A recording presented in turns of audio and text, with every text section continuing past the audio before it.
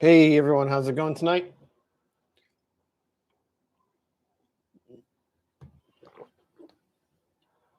So tonight is my first kind of um,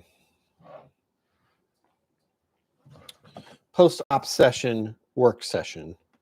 One thing that came up during the op session was that something I had been putting up with for a while kind of crept in and became an issue for my operators. And that is that my coupler trip pins were catching on my derailleurs. And they had done it when I was running trains by myself, but it was never, I don't know. It wasn't, it was a rare car that would do it. And it wasn't anything that really, I would just kind of work around it and go, oh, I need to fix that. And then I would just forget about it. And then of course, it creeps up when I'm doing my op session. And, it's not cool. So I got to fix it.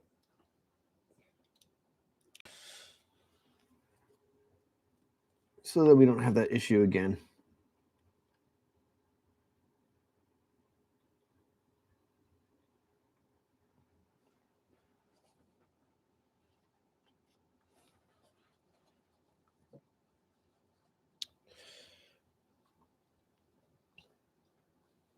So my locomotive, I just got this back from getting the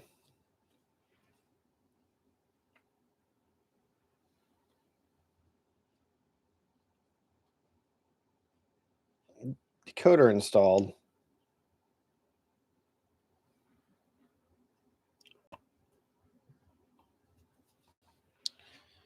And yeah, just had some issues with it. With the trip pin, so going to replace those. And then I also noticed that my winterized window, what's that called?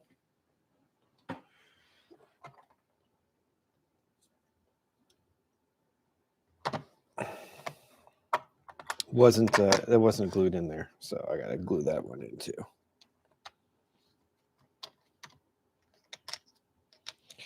So a bit of a simple session tonight.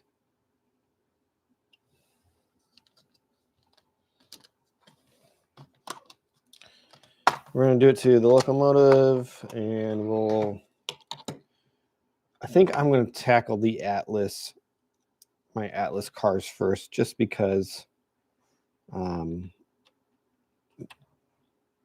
their couplers are the worst.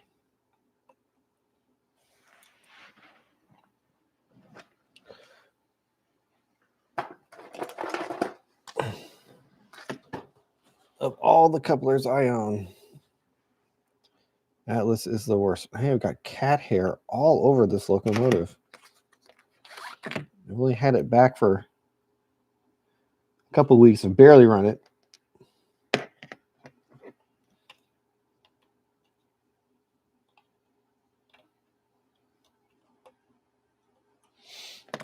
I should check the sound to make sure it's sounding okay. I'm using a new microphone.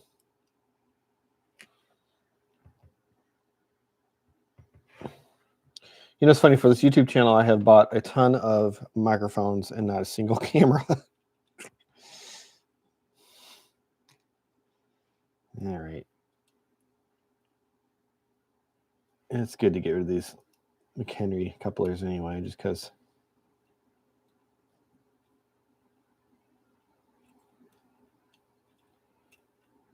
with the work that Georgia Bigfoot Trains put in on this locomotive, is just too nice for these couplers.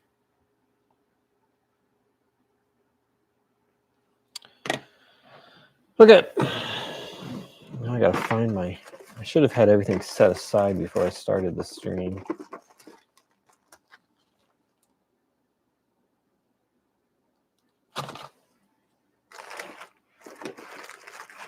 Oh, another thing I want to do is I want to start installing semi-scale wheel sets too, where I need to on cars. So I'll probably do some of that tonight.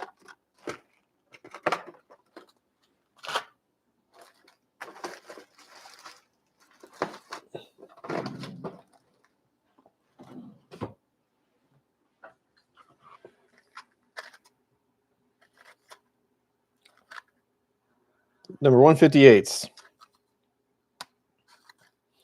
which is the semi-scale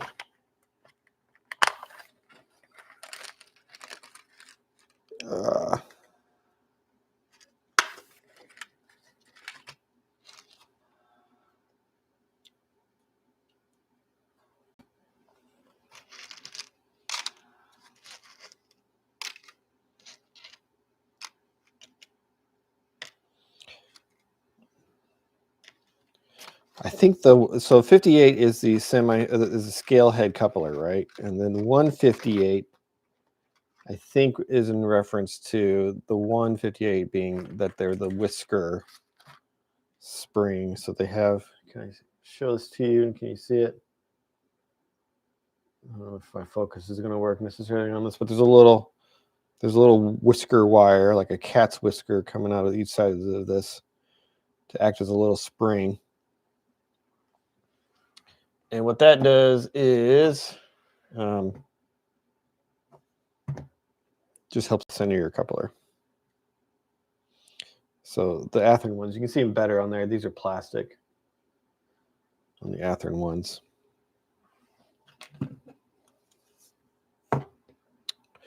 Well, before I start cutting this off, I'm going to put on my safety glasses. I'm trying to take my vision a little more seriously these days. I'm going to start wearing glasses instead of contacts because I just need to be a little more careful with it than I have been in the past. I tend to wear contacts too long between throwing away.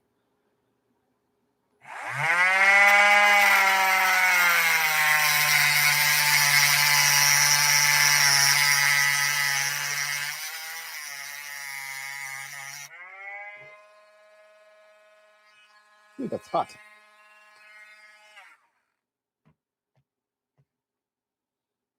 That heats up quick. Come on.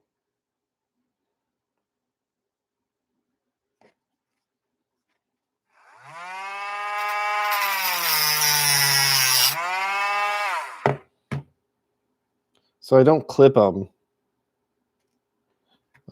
I grind them off. And there's a reason for it, and that's just because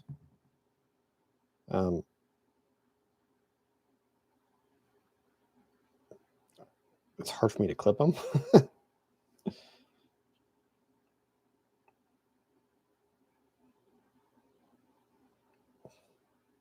But it's a little bit easier to grind them off. And I feel like it's safer on the coupler itself, but I could be wrong. You might look at what I did just now and think I'm crazy. Why aren't you just clipping them off? Although, to be fair, I don't know that I've ever tried clipping a Cadee coupler. I think I've only tried grinding those. I've clipped McHenry couplers. So maybe I just need to try that. Let's try it. Let's see what happens if I try clipping it.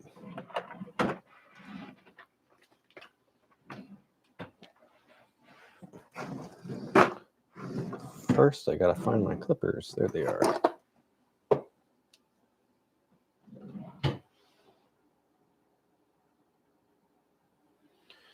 Daryl asks if I'm West Coast. No, I'm Central.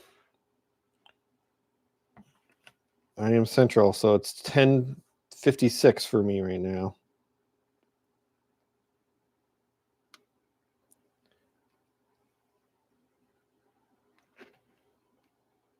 You know what? That was easy. That was easy. Okay. Maybe I should do that. Maybe I should just do that. My problem is like it goes flying across the room and I'll never find it again. But yeah, maybe I should do that instead of what I was doing.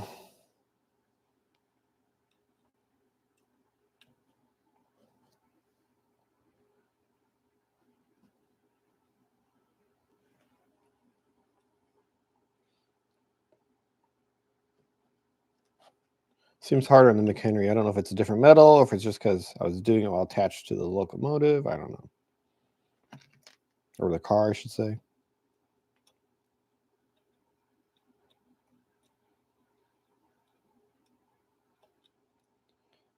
But yeah, I am kind of a late night guy, or I used to be anyway. As I've gotten a little bit older, I've kind of found that I'm doing less and less late night work and more sleeping. Although I kind of want to get back to that again, the late night thing.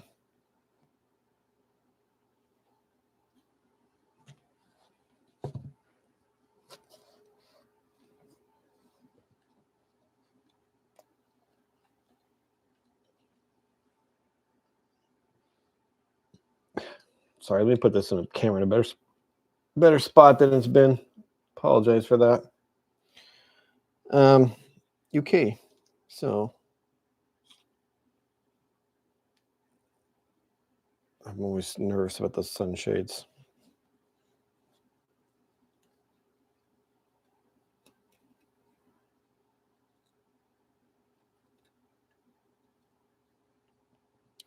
I have to put the winterized window back on that thing. I use the Xuron clippers to clip mine. Derail Daryl.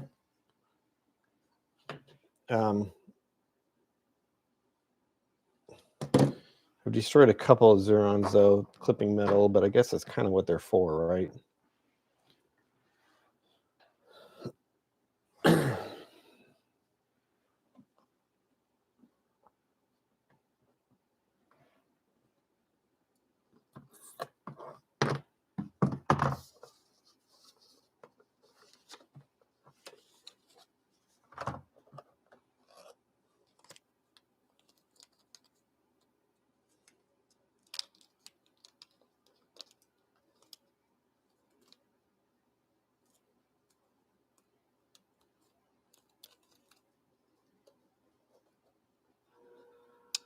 All right, now.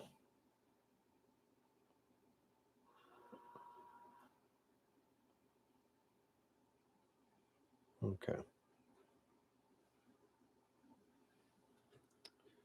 Yeah, this came off at some point, so I just need to glue it back on.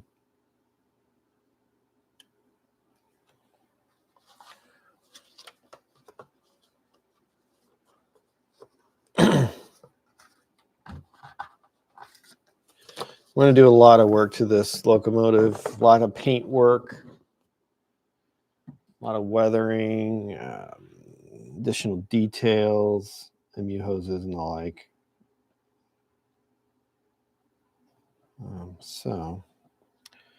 But before I do that, oh no. Before I do that, let me destroy everything.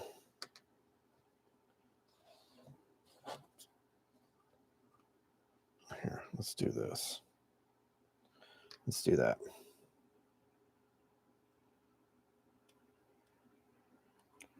Trying to decide how I want to secure this. I've heard people use canopy glue, which I used to have. I don't think I have that anymore.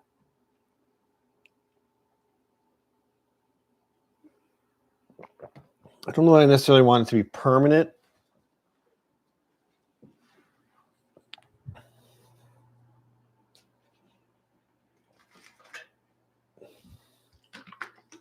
So I'm going to use what I've used in other applications like this, and that is, let me find a different brush that I don't mind getting glue on.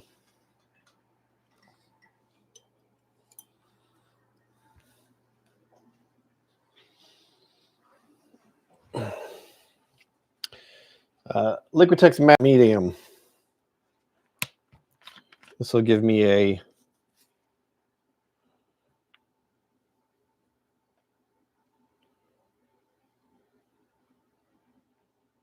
I think a pretty good bond that is removable if I deem it necessary.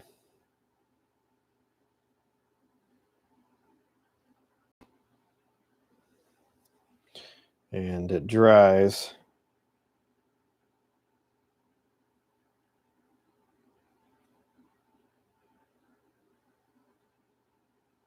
completely translucent.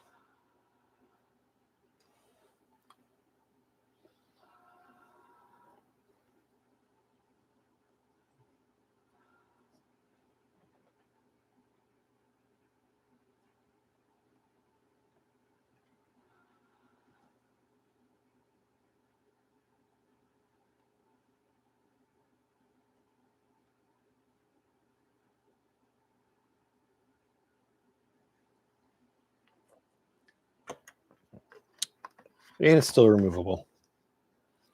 Cool.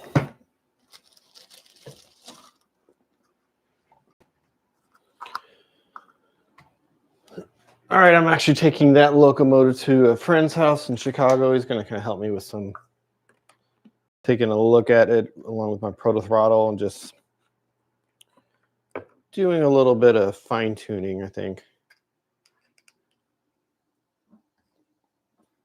Georgia Bigfoot did a good job when he set it up for me. And it definitely ran well that first session. But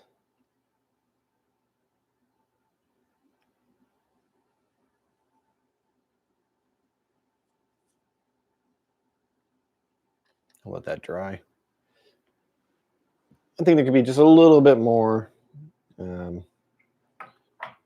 fine tuning, I think.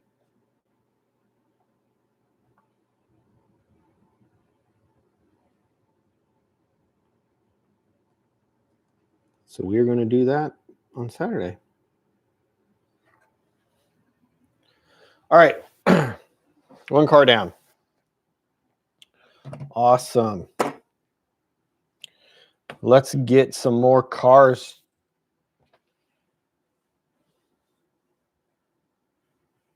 converted from Atlas to Cadee couplers. Okay, let's see.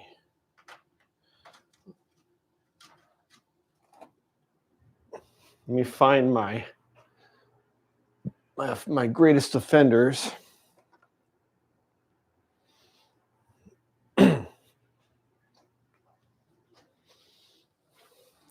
Yeah, here's these guys. Ugh. Cars are great. These center beams are so nice. So nice. They've done such a great job with these center beams.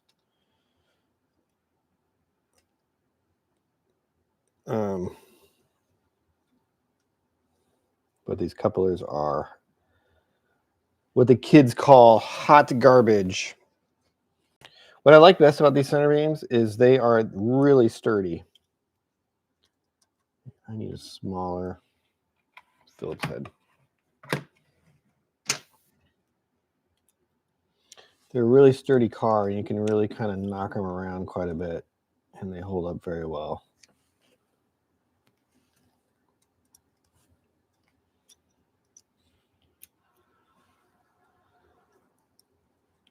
And they have all the prerequisites that I have for what a car needs to have, which is coupler cut levers,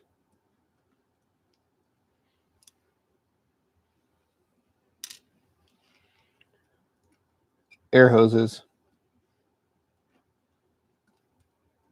and that's about it. Okay, my other question is, do I want to replace? See, all right. We're going to do some math here. I'll show you what's going on. So I've got all of these semi-scale wheel sets.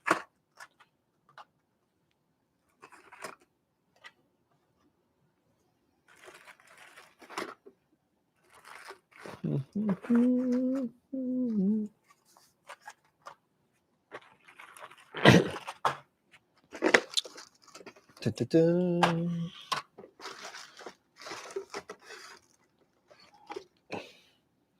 bought a bunch of these. Is that all of them? I think these are all of them. A bunch of these Intermountain wheel sets, which I like a lot. A lot of people really brag on. I think that's everything. Is that all of them? I feel like I had more. Maybe that was all of them. 1, 2, 3, 4, 5, 6. It's probably all of them. Let me actually look it up. I know I've got a picture of them somewhere. Anyways, a lot of people brag on the tangent semi-scale wheel sets. And I kind of wish I would have known that before I bought these, just because I don't, I mean, these are probably great. Don't get me wrong. But I tend to follow the crowd and the crowd's opinion on certain things. And if the crowd says one thing is good, I will just believe them blindly, I guess, right?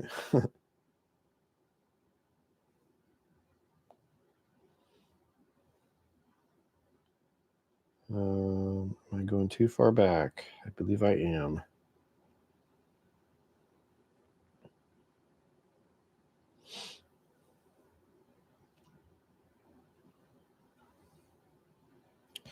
Got a picture of them when I bought them new, so I know how many I've got. Maybe I never. There we go. 6. Okay, so I do have 6. All right. So I have 6 of these, and there are 2, 4, 6, 8, 10, 12. So there are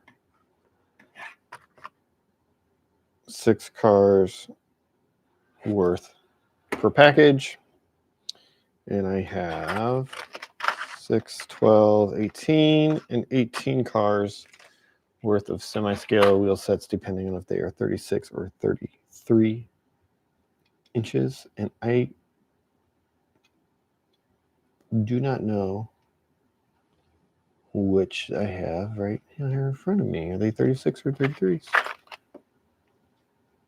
Probably 36s.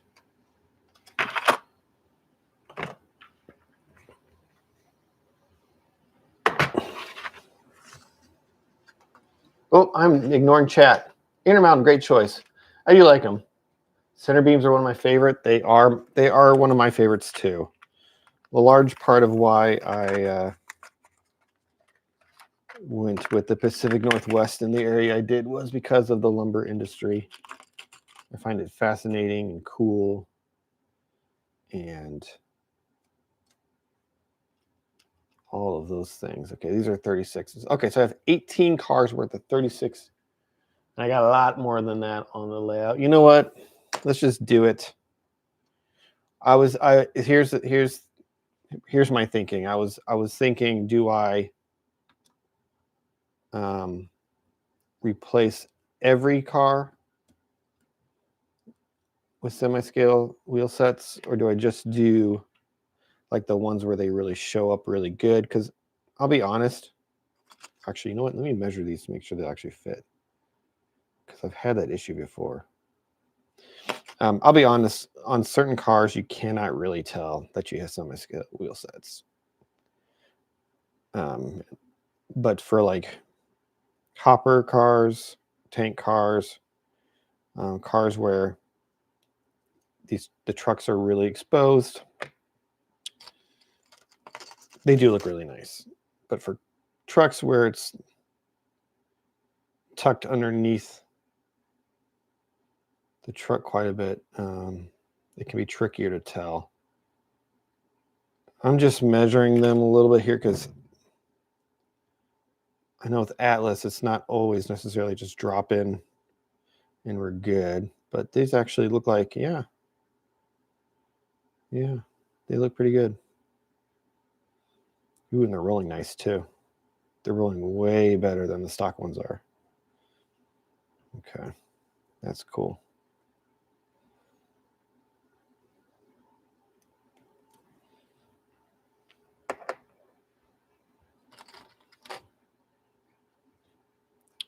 Did I? Yeah, I did, didn't I? Okay.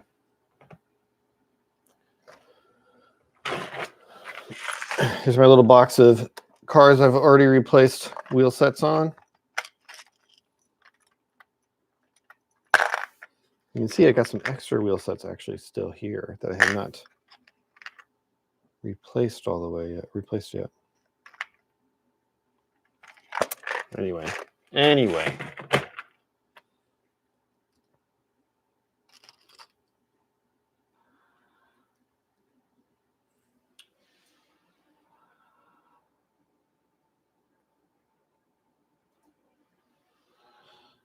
Yeah, well, cars, you can't see them. I don't know. Like I did a side-by-side photo of a box car, two box cars sitting next to each other on my yard tracks. One had semi-scale wheel sets and the other one did not. And it was it was a little difficult, I will say, trying to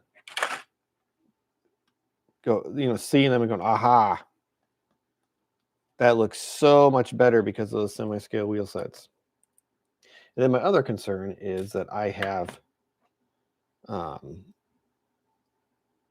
two swing gates. So I don't know if you can see. Will the camera show this? No, not really. I have two swing gates in my layout. And so the tolerances are not as tight on my layout as a lot of other modelers' layouts might be. But I will say, knock on wood, that all the problems I've had with my swing gates have not been related to the wheel sets being off, or certain cars with certain wheel sets. And it's been mostly due to the weight of the car, allowing it to kind of jump over that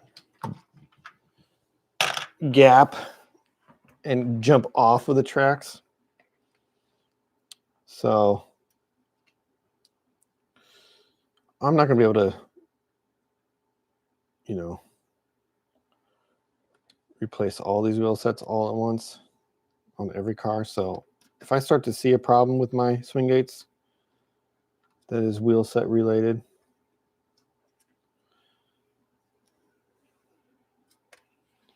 yeah, we'll take care of it for sure. We'll switch back.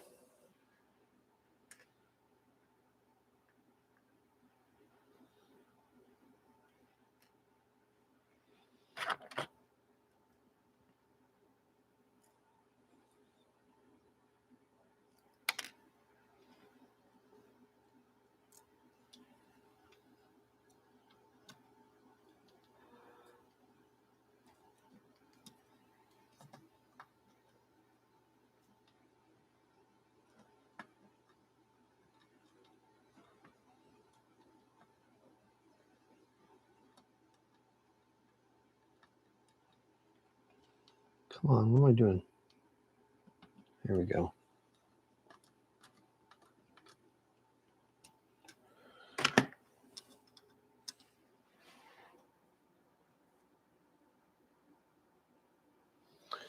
Dale's got two lift ups and one lift up in his office. How have you found your lift ups to be treating you? Are you doing a pretty good job with those? Okay.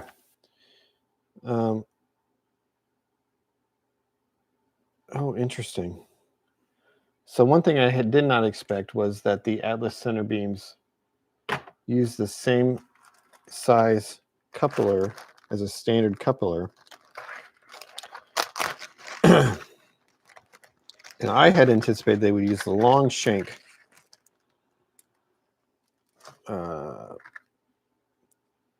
couplers because they were a longer car. But you know what? I'm going to use those long shank couplers anyway because I think that's going to help. can only help with coupling on those guys. It's going to set those cars a little further apart from each other. Not much. But yeah, at the end of the day, I think I'm going to get a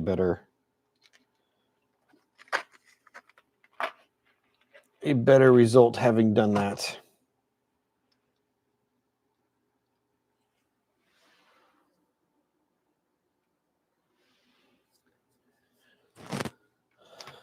How have you liked your lift up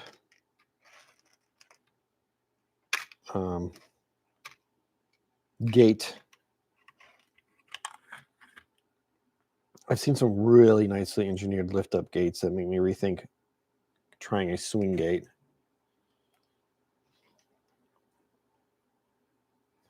Like these guys seem to be able to engineer them in such a way that they kind of just drop in place perfectly every time. My biggest problem with my swing gates, well, there's two problems.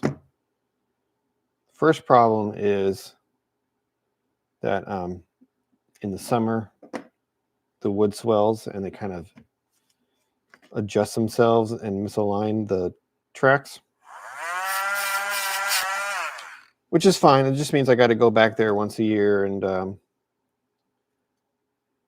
realign the tracks. And, you know, I've got a little screw head that I solder the track to, so I kind of realign it and resolder it, and it's fine. I think it's the walls that are swelling and not necessarily the layout.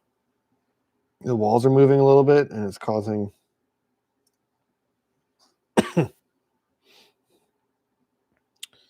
the track to move as well.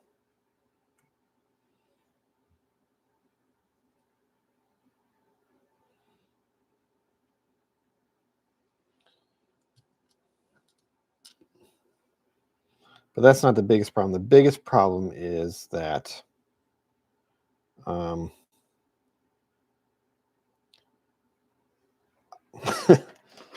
I decided I would lay my track across the joint on my swing gate on a curve. And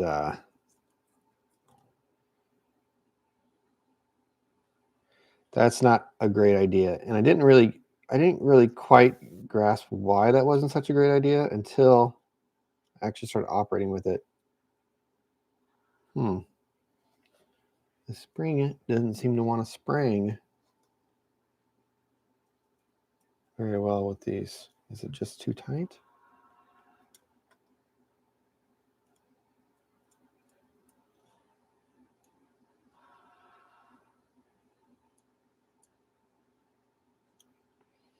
I think I put it in there wrong. So the issue is that you lay your track on it's not in there right, that's why. When you lay your track on a curve across your swing gate there, that little gap that shows up in your swing gate, your trains are already kind of like putting pressure on the outside rail, right? So when it hits that gap, it's just going to want to pop up and over as opposed to continuing to follow the line. Whereas if the rail is straight and you hit that gap, you're still going the same direction. You're not putting any pressure necessarily on the outside rail or the inside rail or whatever. You're just kind of going straight. So you go straight over and you're fine. But if you've got a curve and you got any sort of like, if one of your tracks is a little higher than the other or a little out or in from the other, you hit that gap and it just pops the wheel right off the track on a curve.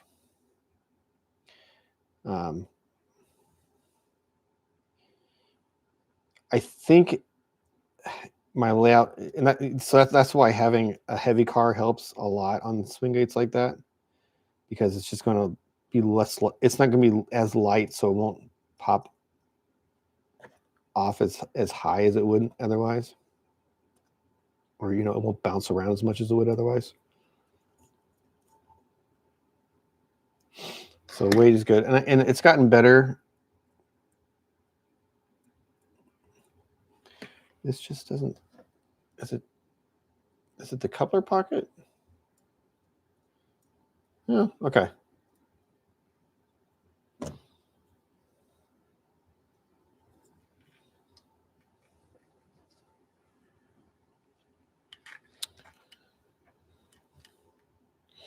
throwing you away. I don't need you.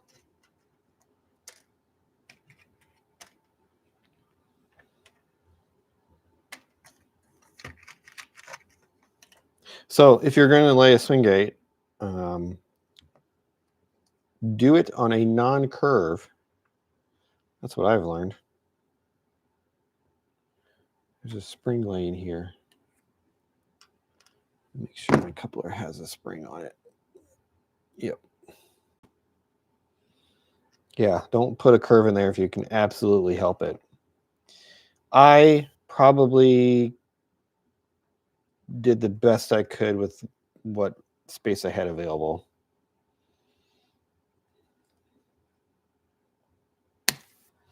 I did build the wall that the offending gate is on, so I could have put that door anywhere I wanted on that wall.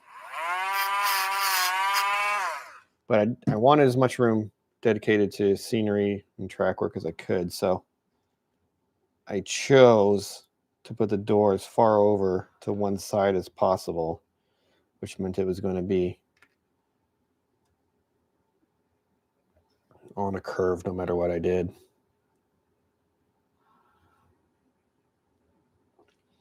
The one swing gate I got in front of my main entrance to my room, however, is great.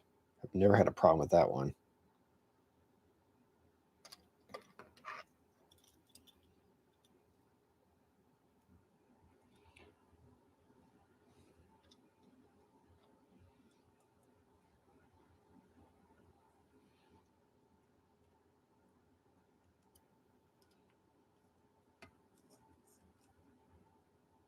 I wish I could play music for you guys while I work.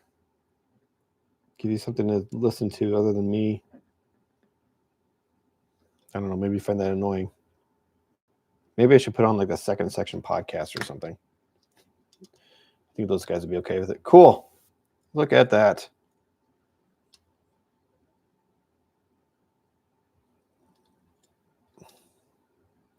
Semi-scale wheel sets and long shank scale head couplers. I really like this model too. This is a funky paint scheme. This is an NDYX center beam, and I just like the baby blue. It's gonna be fun to weather. Oh, Daryl, what do you got going here? Let's see. Got an ad on your live stream. Yes, I am monetizing. 60 plus cars for 3 hours on my live stream. It's all about how you lay your track. Yeah, laying track is very important. Yeah, monetizing. I am monetizing my stream. I just recently started doing that. And I know it can be annoying, but I've set it to conservative, which means there should be fewer ads, a conservative amount of ads.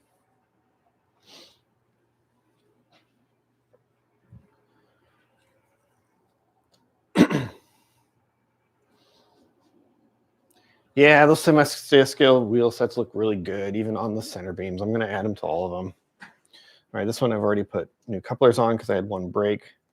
We'll go ahead and add the semi-scale wheel sets now as well.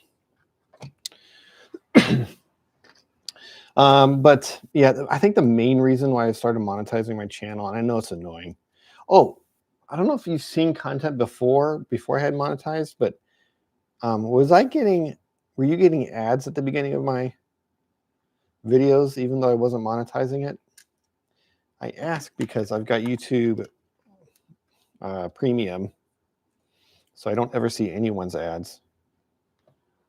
So I just never know if I have ads or not. Anyways, I'm getting myself sidetracked. The reason why I monetize now is because it's just that extra little bit of push to get me to actually make video content. Because even though I don't make hardly any money from them, I do make some money from them. And I just lost the screw.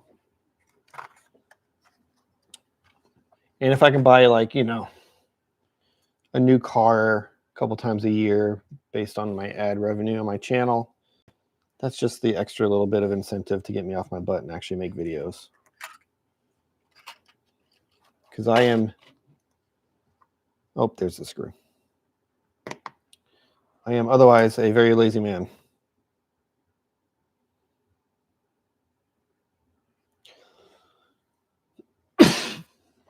Pardon me.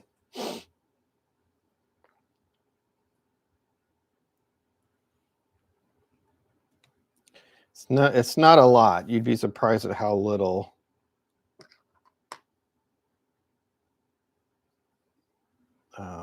you make from ads.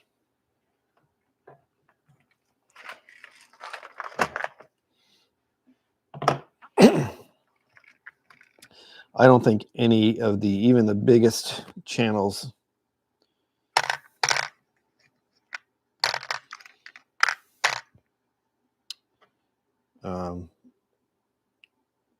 in the YouTube model railroad space, I don't even think even the biggest of those channels are making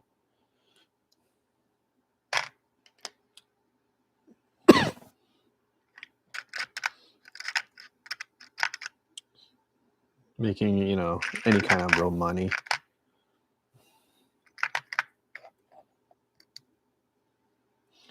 You know, enough to just kind of offset, enough to justify to the wife why you're going down to the basement yet again for the third or fourth time this week to spend the whole evening in the basement. Honey, I'm making money doing this. Not really, but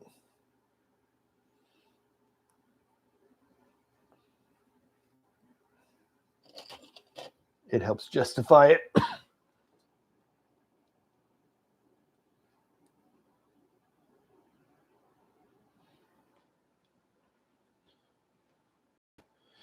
I had the opportunity, Daryl, to be monetized much earlier on. I just didn't do it.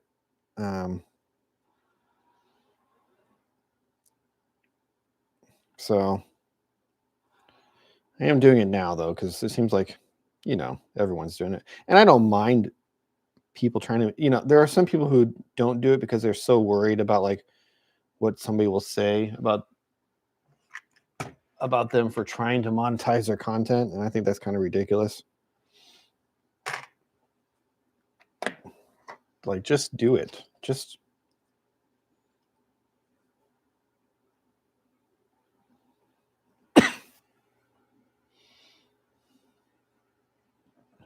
am I missing a wheel set? 2, 4. Oh, I got it in my hand. Duh. Wait, did I say 6 cars? 3 cars per pack.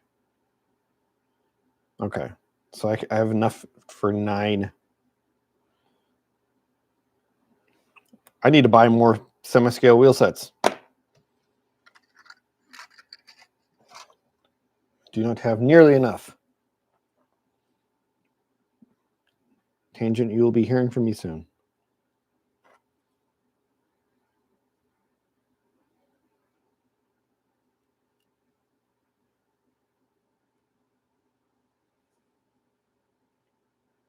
Yeah, some people are afraid to do it because they're afraid of, like, I don't know. I've heard from friends like, oh, I don't want to monetize because I don't want to be that guy. I'm like, be that guy. Nobody cares. Dude, nobody cares. You're making awesome content for people to watch. You know, they appreciate your content. I mean, if they weren't watching you, they'd be stuck. You know, if they weren't watching somebody cool that they like doing some hobby related thing that gets them fired up to work on their hobby, they would be watching, I don't know, some stupid sitcom on TV or some garbage reality TV show. Like, the fact that YouTube exists and we get to see and engage with people doing awesome things that we find interesting is like the best. It's a shot in the arm every time I watch somebody do some awesome new project on their layout.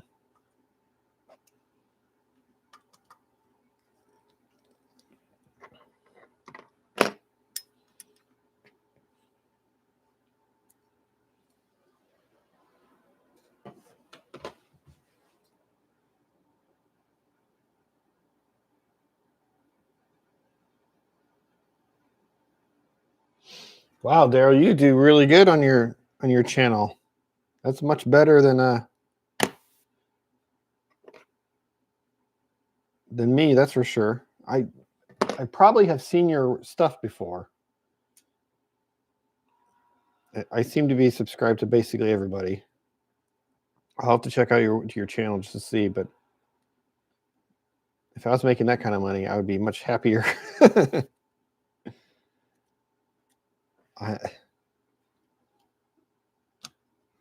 I'm kind of at the point in the hobby where I don't need to put that much money into it anymore. I've got all the cars I really need to run a session. So, I mean, I could replace cars and get better cars, right? I have over the years collected all the models I need to make all my buildings, my scenery. I've got basically everything I need for my scenery at this point. 2 cars down. Yeah, those cinema scale wheel sets do look pretty great.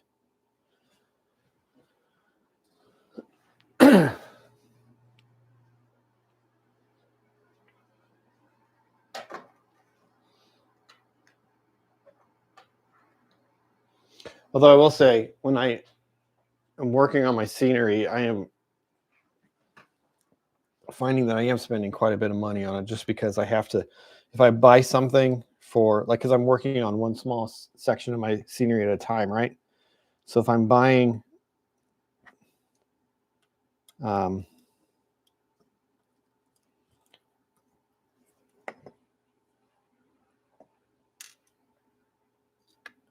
let's say, some Martin Wahlberg bushes, and I use them and I like them, I'm like, great, they look awesome in this one 3 foot by 3 foot spot. Now I've just got to calculate how much I need for the entire rest of the railroad and then buy all those. And they get expensive.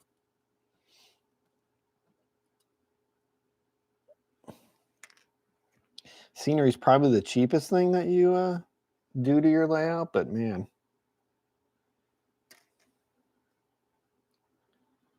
it adds up quick. All right. Let's go ahead and take off the trucks while we're at it. Those Martin Wahlberg bushes, I think, are the worst. Yeah, just because. I mean, they're the best, but they're also the worst. Pardon me.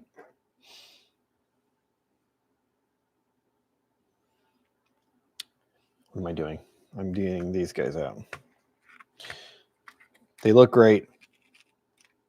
They're like $10 for a box of them, and they don't go very far. And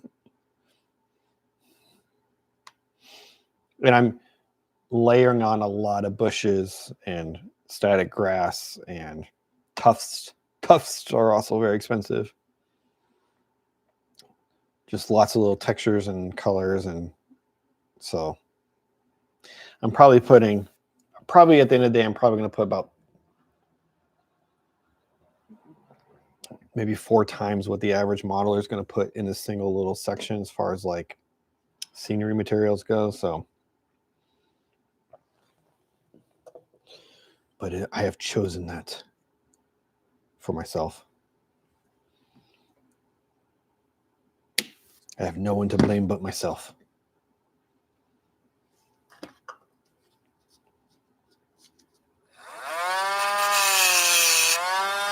But other guys spend all their money on locomotives, and I don't. Mostly because I have a small, short line, and I don't need any more locomotives than I have. Although I do want more locomotives. Oh, you know what? I don't need these. Those are the small ones. I need the long ones. Make sure these are here.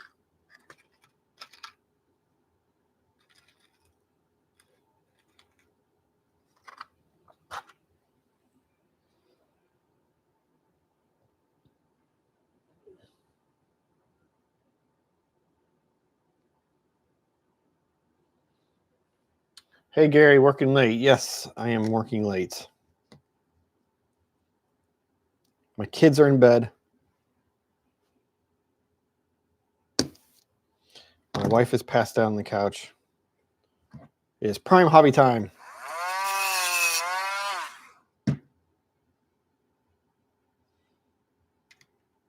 Okay.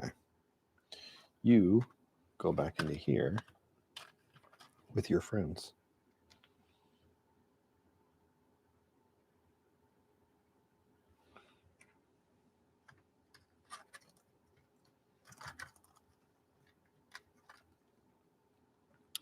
We were having a discussion last night at the ops session about couplers.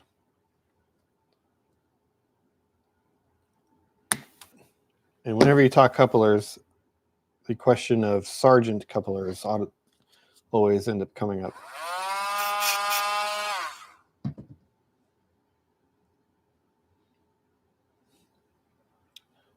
And yeah, I almost went with sergeants on my last layout. Which was a little switching layout. I almost bought sergeants for the entire layout. And I didn't because I was concerned about, they were brand new at the time. There wasn't a whole lot out there about them, at least not that I could find. And so I didn't know what their long-term, like, how good would they be? You know, long-term, how nice would they hold up and everything, right?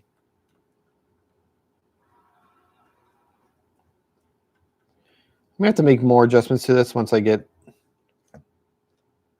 it on the layout with the height and everything, but anyway.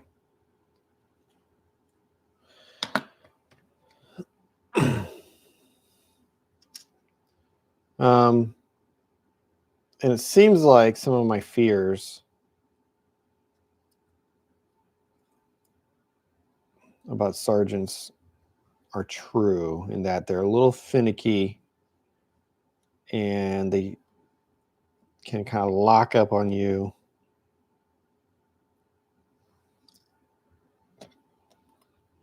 And they take a little bit to get sort of dialed in. And I just kind of decided, especially since a lot of the new cars are coming already fitted with KD scale head couplers, or just couplers in general.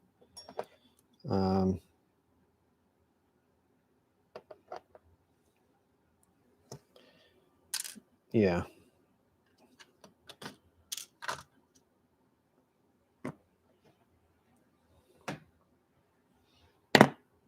These are different trucks than the last car had. The last car had different trucks, different wheel sets, and like little washers inside of them. These don't have them. That's interesting.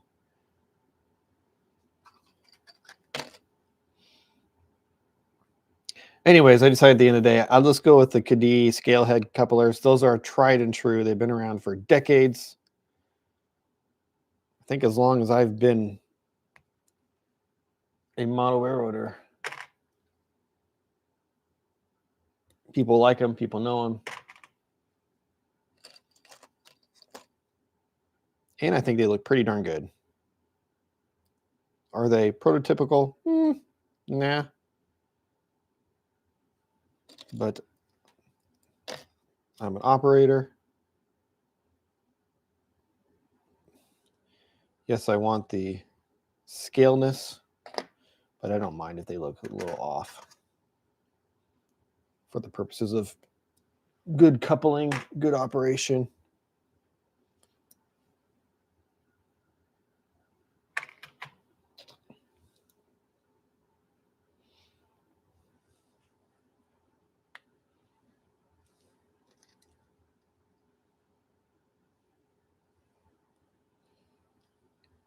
Boom, $11.49 worth of semi-scale wheel sets down.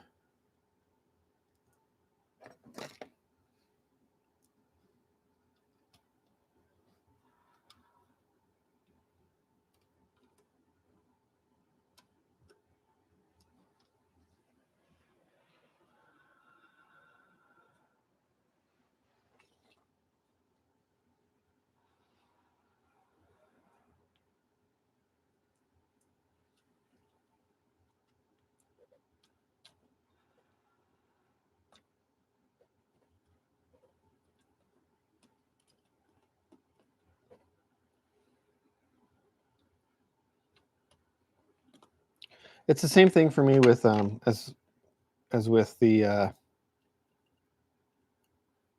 ooh, this is falling right through.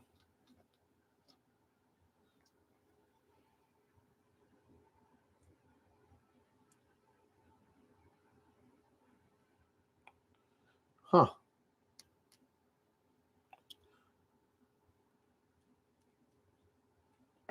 That's interesting. This one doesn't fall through.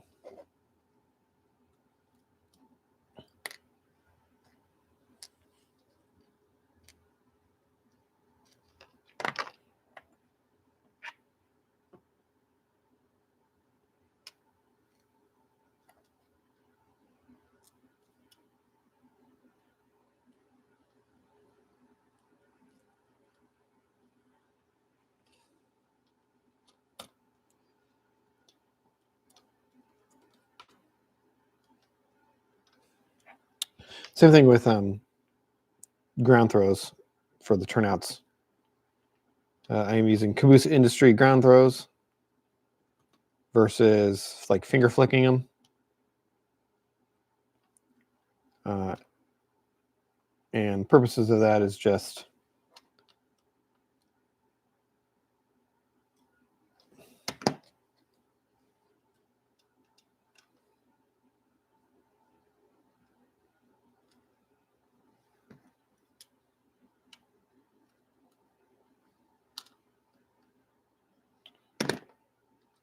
for operations. They're nice and easy to utilize, and you get a nice positive contact with the rail when you're switching with the Cadee, or I'm sorry, with the Caboose Industries ground throws versus finger flicking, which can tend to, the little, if you've used microengineering turnouts, you flick the points and they don't necessarily make super great contact, and then your car comes along and picks the points. So these loads, can't see them very well, but I just got these the other day. Had to purchase them from a guy on Facebook. He did an amazing job putting them together. They're way better than the Wathers loads. They come off so much easier, so much nicer. They look better. All it is a photoshopped image that has been printed and applied to a piece of wood, but they look great. Very happy with these. I'm going to do a little review on them, I think, a little video review.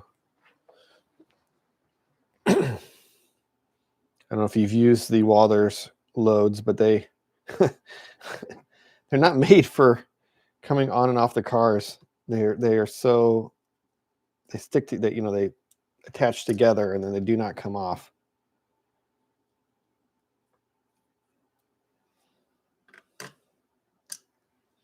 Okay, these wheels are like the last ones. They have the washer inside. So some of them don't and some of them do.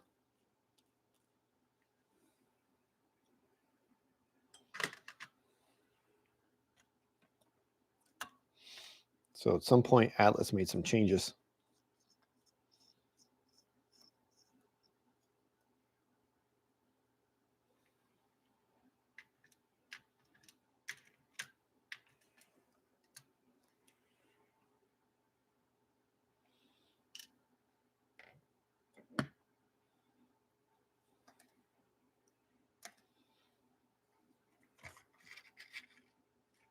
I'm going to take a picture of a pile of discarded couplers, and that'll be my thumbnail for this live stream.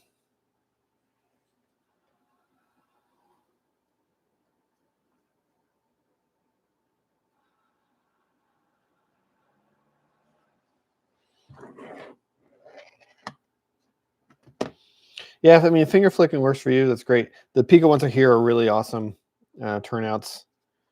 So I have not experienced Pico turnouts personally, but I hear good things. I love the way microengineering looks, so that's why I went with those. At the time, they were, I think, the best looking turnouts. And then performance was sometimes questionable. But if I had to do it all over again, I would go actually with the brand new Wathers line of turnouts. They weren't available when I started building the layout, but they are out there now. And I don't know if you've seen them or used them. I have one of their curved turnouts on my layout, and it is very nice. Really positive, flicking action, very robust. I like that the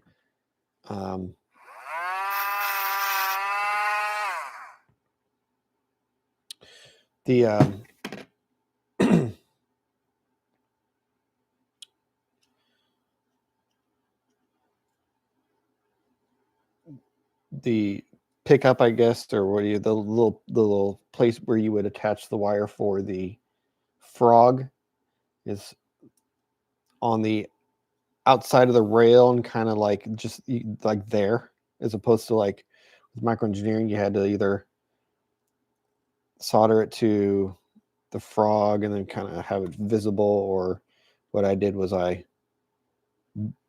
bored out a little hole in the bottom of my turnout and attached the wire there.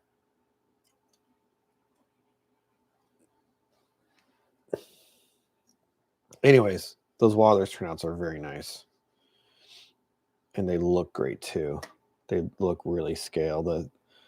The spikes look really scale on them. That's the big thing I tend to notice. And the wood texture looks nice as well, which when you weather them up, that wood texture, very important.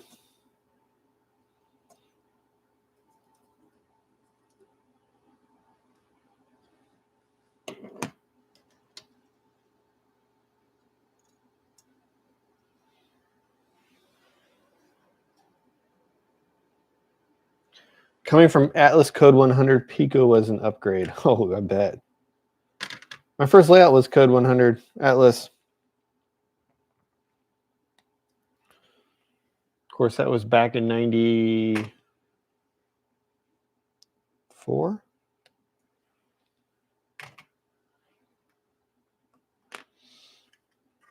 I was but a young lad.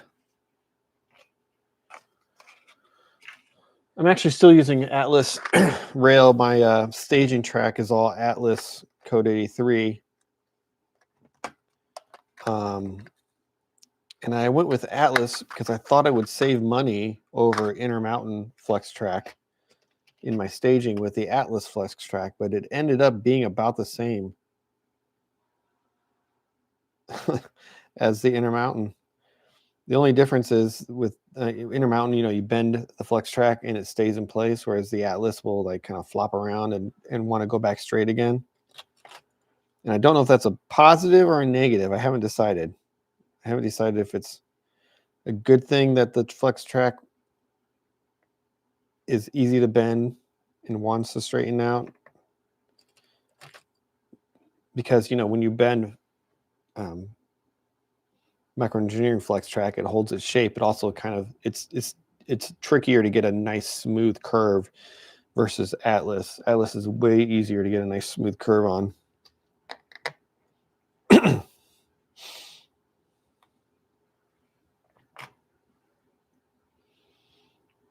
There is a lot of cat hair in these trucks. Can you see that? Oh my gosh. I have a lot of cats in this house, and it's showing up in my layout. I'm constantly running an air purifier, and it catches a lot of hair, but holy cow. And I never let my cat, and that's the other thing, my cats aren't allowed in this room. So why is there so much cat hair in this room?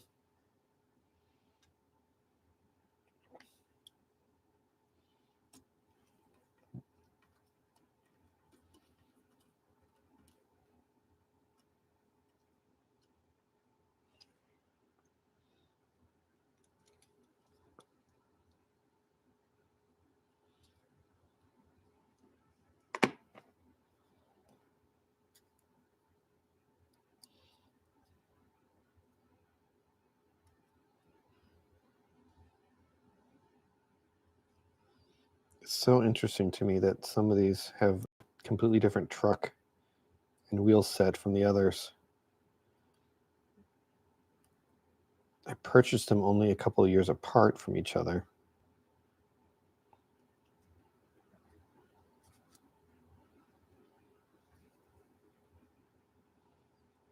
I've got too many center beams. I had 11 at one time, and then I sold like 5 because I was like, I don't need this many. And then I ended up buying like another 9. How many do I have now? I think I have about 15 or 18, maybe. I think it's 18 center beams.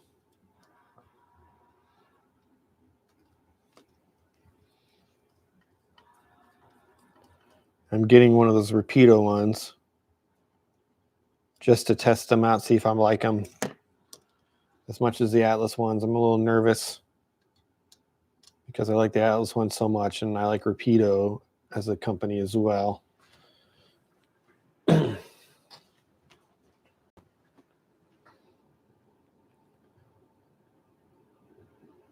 Hey, Derail, thanks. Great. Enjoy that In-N-Out burger.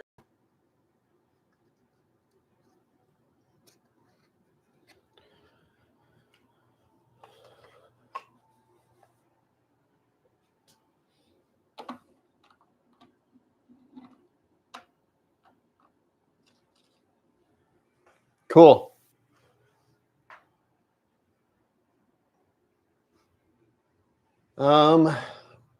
Let's see. Do I want to do any others tonight or not? Think, what time is it? I've been going for about an hour. It's 11:56 at night. I'm going to call it a night here. But I do want to thank everyone for stopping by this stream. I appreciate it. It's a little bit more subdued one. It's a late night session. I'm not doing anything super exciting, but doing important stuff nonetheless, right? It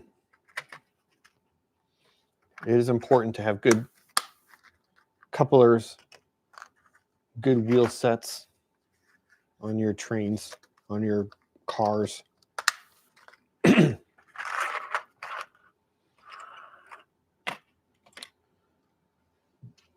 So yes. So thank you everyone for stopping by and saying hey. I appreciate it. I appreciate all of you. Oops, gosh darn it. And I will see everyone on another stream.